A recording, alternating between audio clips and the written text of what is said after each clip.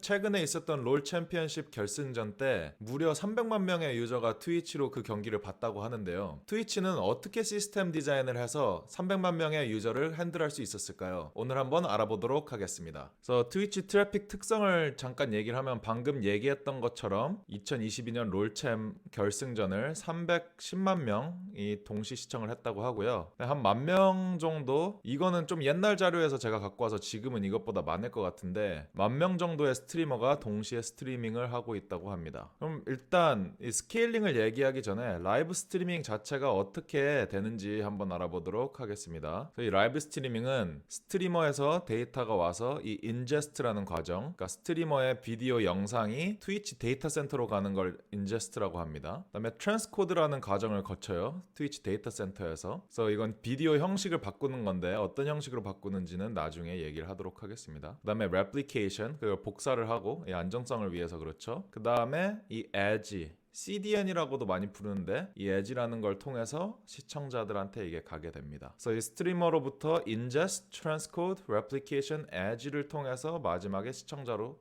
영상이 가게 됩니다. 그래서 오늘 이거 하나하나를 조금씩 들여다보도록 하겠습니다. 그래서 ingest를 보면은 크게 봤을 때 이런 구조로 돼 있어요. 빨간 스마일이 스트리머들인데 스트리머들이 나 트위치를 통해서 생방송을 하고 싶다 하면은 이 오리진이라는 게 데이터 센터인데 스트리머가 데이터 센터로 직접 연결을 하는 게 아니라 이 팝이라는 조그만 데이터 센터라고 생각하시면 될 것 같아요. 조그만 데이터 센터들이 세계 곳곳에 널리 퍼져 있어요. 그래서 스트리머의 가장 가까이 있는 팝에 연결을 하게 됩니다. 그럼 이 스트리머는 이 팝하고만 얘기를 하고 이 팝이 이제 백본이라고 부르는데 트위치의 인프라스트럭처 네트워크를 통해서 데이터 센터랑 얘기를 하는 거죠. 그래서 이제 팝에서 데이터 센터로 이 스트리머의 영상을 보내주면 이걸 RTMP라는 형식으로 많이 합니다. 이거 뭐 굳이 오늘 들어가진 않을 건데 그냥 비디오를 계속 데이터 센터에 보내주는 거예요. 그러고 나면 이제 데이터 센터에 이 영상이 도착을 하면은 이 트랜스코더라는 애가 RTMP 형식으로 온 비디오 영상을 HLS라는 형식으로 바꿔줍니다. 그래서 이 HLS가 어떤 형식으로 저장이 되는지는 나중에 좀 더 자세하게 들어가 볼게요. HLS로 바꾸고 나면 그거를 이제 스토리지에 저장을 하는 거죠. 그러면 이 스토리지에 저장된 거를 이제 이 파란색 스마일이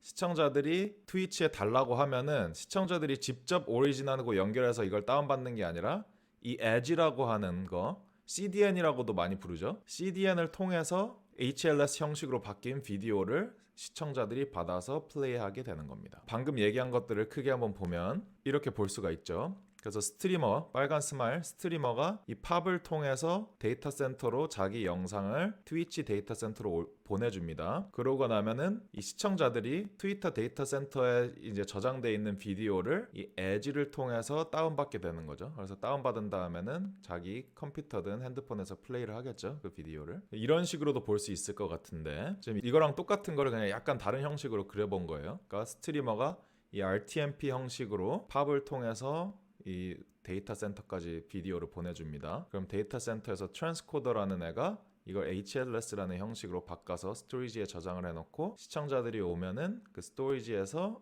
HLS 형식 비디오를 edge를 통해서 다운받아서 플레이를 하게 되는 거죠. 그러면 이제 좀 더 자세하게 들어가 볼게요. 인제스트 부분을 먼저 보겠습니다. 트위치가 처음에 시작했을 때는 데이터 센터가 하나밖에 없었어요. 근데 이제 유저가 많아지고 스케일을 하면서 데이터 센터가 여러 개가 됐습니다. 그러니까 이제 데이터 센터가 하나 있을 때는 이런 식으로 디자인이 돼 있었겠죠. 스트리머들 주변에 이 팝이라는 애들이 여러 개가 있고 그럼 이 팝이라는 애가 데이터 센터 하나밖에 없으니까 모두 이 한 개의 데이터 센터랑 얘기를 하고 있었던 겁니다. 근데 이제 스케일이 커지면서 데이터 센터가 여러 개가 되면서 이렇게 하나가 더 생기는 거죠. 두 개보다 더 있을 텐데 두 개로만 예를 들어봤습니다. 그러면은 이제 데이터 센터가 여러 개가 되면서 더 복잡성이 생겨요. 그러니까 데이터 센터가 하나밖에 없었을 때는 모든 팝들한테 야, 얘하고만 얘기해 이렇게 할 수가 있었는데 이제 데이터 센터가 여러 개가 생기니까 이 각각의 팝이 어떤 데이터 센터랑 얘기를 해야 되는지를 저희가 정해줘야 되죠. 그래서 제가 트위치 블로그 같은 걸 읽어보니까 처음에는 HA proxy라는 걸 사용해가지고 각각의 팝에 어떤 오리진은 어떤 데이터 센터랑 이야기를 할지 스태틱하게 설정을 해놨다고 하더라고요. 그러니까 예를 들면 팝 A라는 애가 있으면 항상 특정 데이터 센터로만 연결이 되는 거야. 그래서 이 그림을 보면은 이 팝은 이 데이터 센터랑만 이야기를 하는 겁니다. 얘랑은 얘기를 안 하는 거예요. 그리고 이 두 개의 팝은 이 데이터 센터랑만 이야기를 하는 거죠.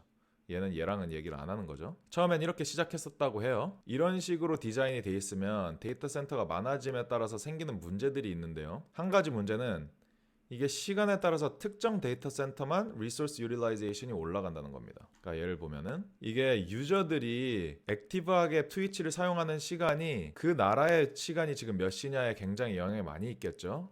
왜냐면 다들 자는 시간에는 사용을 많이 안 할 테니까. 그래서 예를 들면 이렇게 한국이 깨 있는 시간을 보면은 여기 있는 유저들은 다 일어나 있을 텐데 뭐 미국에 있거나 뭐 아프리카에 있는 유저들은 자고 있을 수도 있겠죠. 그런 경우에 여기 있는 유저들만 다 깨 있으면 이 팝으로 연결이 많이 되고 이 데이터 센터는 로드가 엄청나게 많은데 이 데이터 센터는 놀고 있는 그런 현상이 발생할 수 있겠죠. 스케일하는데 좋지 않죠. 왜냐면 이 각각의 데이터 센터가 로드를 나눠 가져야 이 데이터 센터 하나하나의 크기 를 줄이는데 지금 이렇게 하나의 유틸라이제이션만 올라가고 딴 건 놀고 있으면 지금 각각의 데이터 센터의 사이즈를 크게 해줘야 된다는 문제가 있죠. 그래서 시간에 따라서 특정 데이터 센터만 리소스 유틸라이제이션이 올라간다 이 문제가 있고, 그 다음에 데이터 센터가 다운됐을 때 다른 데이터 센터로 연결을 못한다는 문제가 있죠. 그러니까 이 팝은 무조건 이 데이터 센터랑만 얘기한다 이렇게 설정이 돼 있으면 이 데이터 센터가 다운이 되면 지금 이 데이터 센터는 아직 살아있는데 이쪽 유저들 트위치를 사용을 못하게 되는 상황이 발생을 하죠. 그래서 이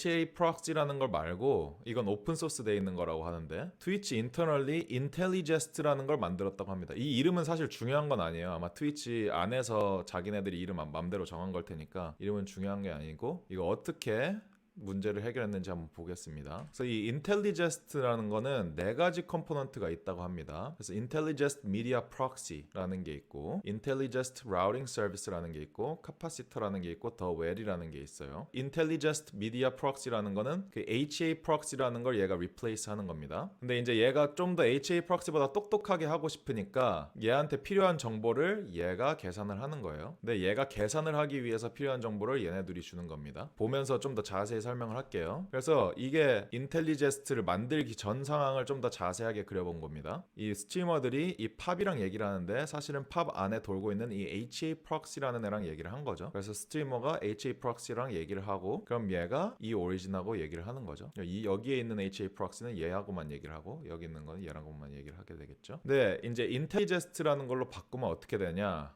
이 팝 안에 HA proxy가 아니라 IntelliJest Media Proxy가 들어가게 됩니다. 그래서 새로운 스트리머가 딱 연결을 하면은 이 IntelliJest Media Proxy가 이 데이터 센터로 무조건 연결을 하는 게 아니라 먼저 이 IntelliJest Routing Service한테 물어봐요. 야, 나 지금 스트리머 새로 들어왔는데 어떤 데이터 센터랑 연결을 해야 돼? 그러면은 얘가 이 스트리머는 이 오리진 데이터 센터랑 연결을 해라 알려주는 거죠. 그러면은 이 팝이 그 말을 듣고 이 스트리밍 서비스는 이쪽 데이터 센터로 라우팅을 해주고 그다음에 새로운 스트리머가 또 들어오면은 또 물어보는 거예요. 라우팅 서비스한테 야 지금은 어떤 데이터 센터에 연결하는 게 제일 좋아?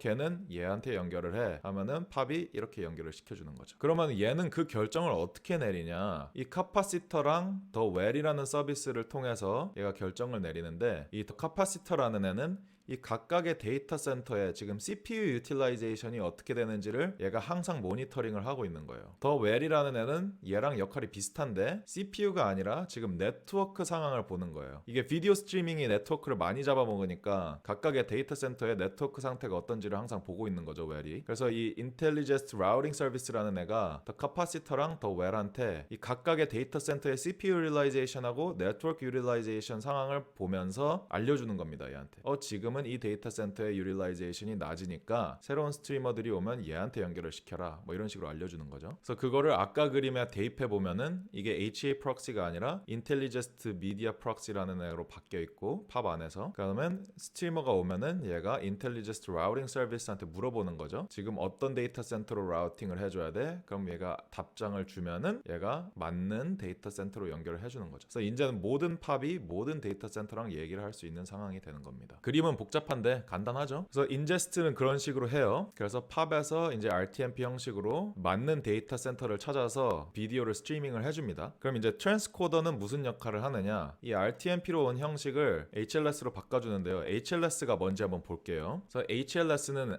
HTTP 라이브 스트리밍의 줄임말이에요. 그래서 대충 봤을 때 이 두 가지 특징이 있다고 생각하시면 될 것 같아요. 그래서 Adaptive Bitrate 스트리밍을 가능하게 해준다. 이게 뭔지 나중에 얘기해 드릴게요. 그 다음에 그거를 HTTP를 사용해서 라이브 스트리밍을 하게 한다. 새로운 프로토콜이 필요 없다는 거죠. Adaptive Bitrate Streaming이 뭔지 한번 좀 더 자세히 보겠습니다. 그래서 이게 뭐냐면 인터넷 상태에 따라서 화질을 바꾸는 기술이에요. 그래서 유튜브 같은 거 보시다 보면 인터넷이 안 좋을 때는 화질이 안 좋다가 조금 더 보고 있었더니 막 화질이 좋아지는 거를 경험해 보셨을 텐데 그게 이제 Adaptive Bitrate Streaming을 통해서 그게 되는 거죠. 그러니까 인터넷 상태에 따라서 화질을 바꿔주는 거예요. 인터넷이 느리면 낮은 화질의 영상을 보여주고 그러다가 인터넷이 중간에 좋아지면은 고화질로 영상을 중간에 바꿔주는 거죠. 이 HLS 프로토콜은 두 가지 종류의 파일을 만듭니다. 플레이리스트를 만들고 그 다음에 비디오 청크들을 만드는데요. 이 플레이리스트 파일의 확장자가 .m368 파일들이고 비디오 청크들은 .ts라고 돼 있는데 뭐 사실 아실 필요는 없을 것 같아요. 그래서 보면은 RTMP로 와요. RTMP는 그냥 한 가지의 화질의 영상이 계속 들어오는 거라고 생각하시면 될 것 같아요. 그러니까 그 스트리머들이 지금 찍어서 보내고 있는 비디오 스트림인 거예요. RTMP가. 그럼 트랜스코더가 그 한 줄기의 비디오를 받아가지고 여러 가지 화질로 바꿔줍니다. 근데 이걸 바꿔줄 때 어떻게 만드냐? 비디오 조각들로 만들어요. 비디오 조각들로. 그래서 1080p 화질에 시작부터 첫 2초까지의 영상을 잘라가지고 이 파일을 하나 만들고, 그 다음에 2초부터 4초까지를 잘라가지고 다음 파일을 만들고, 4초부터 6초까지의 영상을 잘라서 다음 파일을 만드는 겁니다. 그 똑같은 거를 각각의 해상도에마다 만들어줘요. 그래서 720p 영상도 시작부터 첫 2초까지의 영상을 가지고 있는 파일을 하나 만들고, 그 다음에 2초부터 4초까지의 영상을 가지고 있는 파일을 하나 만들고 4초부터 6초까지의 720p 화질을 가진 파일을 하나 만들어주고 똑같은 거를 360p에도 해주는 거죠. 그래서 이 각각의 화질 그 다음에 각각의 그 시간에 비디오 조각들을 계속 만들어줍니다. 이 점점점 해놓은 게 비디오가 들어오면은 이걸 계속 만들어줘야겠죠. 그 다음에 플레이리스트라는 파일을 또 만들어요. 이게 어떻게 생겼냐? 플레이리스트라는 파일은 이 1080p에 0초부터 2초까지는 이 파일에 들어있다. 2초부터 4초까지는 이 파일에 들어있다. 4초부터 6초까지는 이 파일에 들어있다. 이 정보를 여기에 계속 담아주는 거예요. 그래서 뭐 720 화질의 비디오 조각들은 여기 있고 2초까지 영상은 여기 있고 4초까지 영상이 여기 있고 360p짜리의 영상들은 여기에 저장이 돼 있다. 이거를 플레이리스트에 저장을 하는 겁니다. 그러면은 이게 어떤 식으로 Adaptive Bitrate Streaming이 되느냐? 이제 시청자가 딱 들어와요. 그럼 시청자가 처음에는 플레이리스트를 먼저 다운을 받는 거예요. 그래서 플레이리스트를 다운을 받습니다. 그러고 나면은 이제 얘가 각각의 파일들이 어디서 다운받을 수 있는지 다 써 있는 거예요. 플레이리스트에. 그러면은 이 클라이언트의 비디오 플레이어가 지금 인터넷 상태를 봅니다. 그래서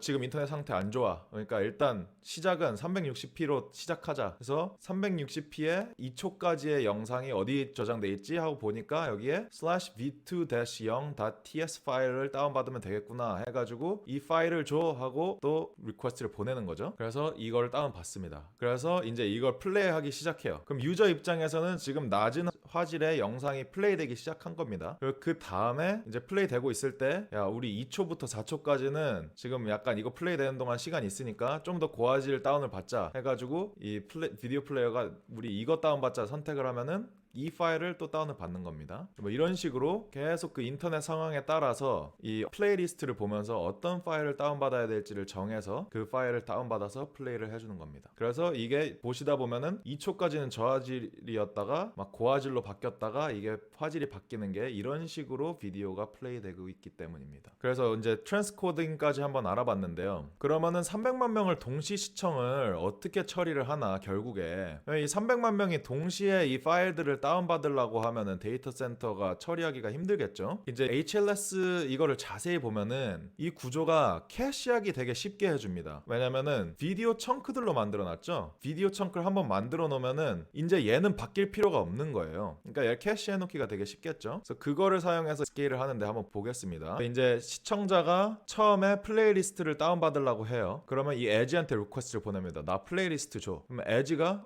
나 플레이리스트 없는데 하면은 얘도 오리진의 리퀘스트를 보냅니다. 나 플레이리스트 줘. 하면 오리진이 에지한테 플레이리스트를 보내주는 거죠. 그 다음에 에지가 이 플레이리스트를 이 시청자한테 주는 겁니다. 좋아요. 근데 그 다음에 새로운 시청자가 왔다고 생각을 해볼게요. 지금 이 시청자가 또 왔어요. 그래서 얘도 야 나도 플레이리스트 줘 하고 에지한테 얘기를 합니다. 그랬더니 에지가 나 플레이리스트 이미 있어. 그냥 바로 주는 거예요. 그래서 이 시청자는 빨리 다운을 받을 수가 있겠죠. 그래서 여기서 좋은 점이 이 에지랑 오리진하고의 대화는 지금 두 명의 유저를 서브하는데 한 번만 하면 됐죠. 처음에 여기 오리진한테 나 플레이리스트 줘 하면 그 결과를 에지에 캐시를 해놓고 그럼 이 동네 유저들은 전부 다 에지에서 바로 서브를 할 수가 있는 거예요. 비디오 청크도 똑같죠. 그래서 이 유저가 플레이리스트를 보고 나 이 비디오 청크 다운받아야겠다 하면은 달라고 해요. 에지한테. 나 없네? 하면은 데이터 센터한테 달라고 하죠. 그럼 이게 에지한테 먼저 가서 캐시가 되고 이 유저한테 이 비디오 청크를 줍니다. 그럼 그 다음 유저가 똑같은 비디오 청크를 달라고 하면은 똑같이 데이터 센터까지 갈 필요 없이 이 에지가 이걸 바로 주는 거예요. 이렇게 하면은 이제 시청자가 300만 명이 돼도 300만 명이 다 데이터 센터랑 얘기를 하는 게 아니라 그 동네에 있는 에지가 한 번 다운받으면 그 동네에 있는 유저들 전부 다 서브할 수 있겠죠. 그러니까 데이터 센터에 오는 트래픽을 많이 절감할 수 있는 겁니다. 뭐 이런 식으로 오늘 라이브 스트리밍, 스트리머부터 인제스트, 그 다음에 트랜스코딩, HLS로 바꾸고, 그 다음에 애플리케이션, 그 다음에 에즈를 통해서 시청자한테 가는 것까지 한번 트위치 시스템 디자인에 대해서 간단하게 알아봤는데요. 이번 영상은 저번 영상에 비해서 좀 더 하이 레벨에서 본 것 같아요. 데이터 센터 구조까지 보면서 했는데 어땠는지 잘 모르겠네요. 피드백이 있으시다면 꼭꼭 댓글로 알려주시면 감사하겠습니다. 도움이 되셨다면 구독과 좋아요는 큰 힘이 됩니다. 안녕.